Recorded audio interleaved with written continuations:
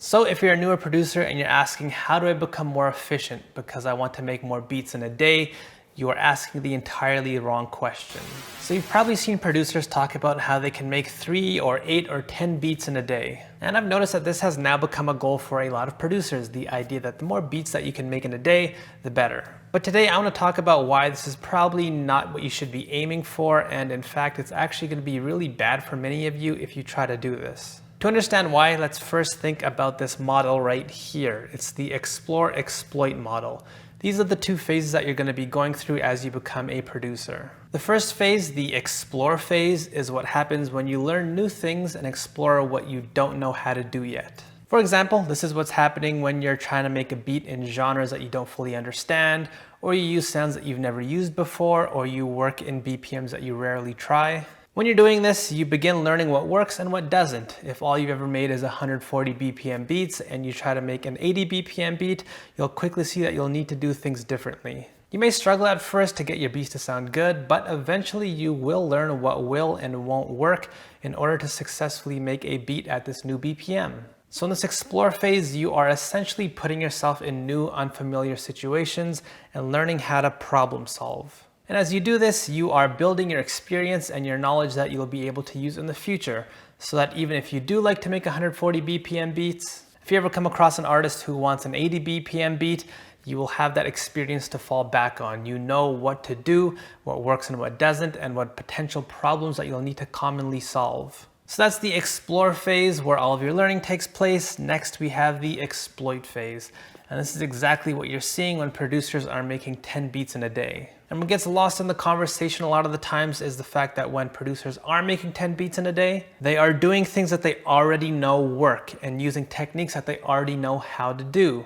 They are exploiting what they've already learned when they were in the explore phase. And when producers are in the exploit phase, they aren't necessarily focused on learning new things and trying new ideas.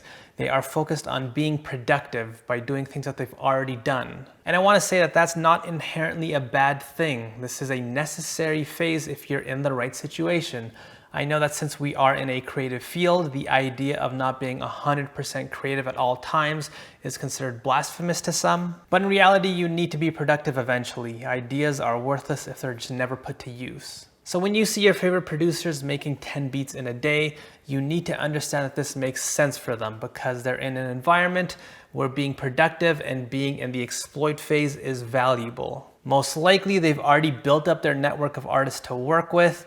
Those artists are wanting their production and they've already learned lots about producing in the past. So it makes sense to try to be as productive as possible and start to focus more on making a lot of beats in order to continue to make a living as a producer. But let's turn this conversation over to you and why this most likely doesn't make sense for you. You are not in the situation that they are in. You may not have the network of artists that are wanting your production yet. You haven't built up your network. Your livelihood isn't dependent on selling beats or getting placements yet. And in terms of what you're capable of actually doing, that's yet another reason to not go into the exploit phase yet and stay in exploration mode instead. If all you've ever made is 140 BPM beats using trap drums and you decide to go into exploit mode and make 10 beats a day, this can have negative results. You basically don't have much to exploit since you've explored and you know so little. This is exactly why when producers try to make 10 beats a day, they start to quickly struggle. It's because once you reach beat number 3 for the day and you try using a sound that is slightly outside of what you're used to, you won't know what to do. And this is exactly what hurts a lot of producers. Instead of deciding to slow down and explore so that they can learn something new and become more knowledgeable and competent, they decide to try and force productivity and focus on being efficient instead. The big problem here, though, is that to be efficient, you will naturally revert to doing things that you know work and what's already familiar. And for a producer who knows very little, they'll revert back to making the very limited types of beats that they know how to make. And you can see why over time this will become a problem. And that's why you might want to rethink making 10 beats in a day, because most likely it just doesn't make sense for the situation that you're in, and in the long term it will hurt you more than it'll help you. But putting that aside for now, another really important point to think about is, well, how is it even possible to make 10 beats in a day in the first place? I would argue that this isn't done through forcing productivity or becoming more efficient in your workflow. The way to make this many beats in one day is primarily achieved through learning. So think about what slows you down when you're trying to make a beat. Most likely it's coming across a new problem that you don't know how to solve yet. The Navy SEALs have this saying, slow is smooth and smooth is fast. And the way this relates to beat making is that you need to go slow when you're trying to figure out the solutions to your problems. Try out lots of different things, experiment and learn what works and what doesn't for the particular beat making problem that you have.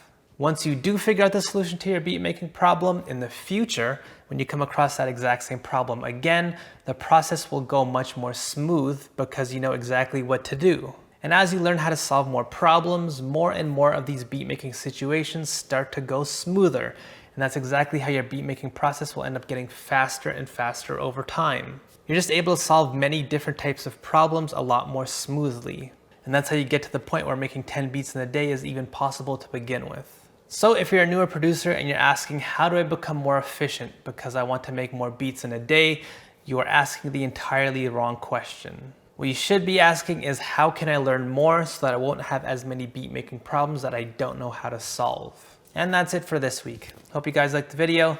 I'll see you next week.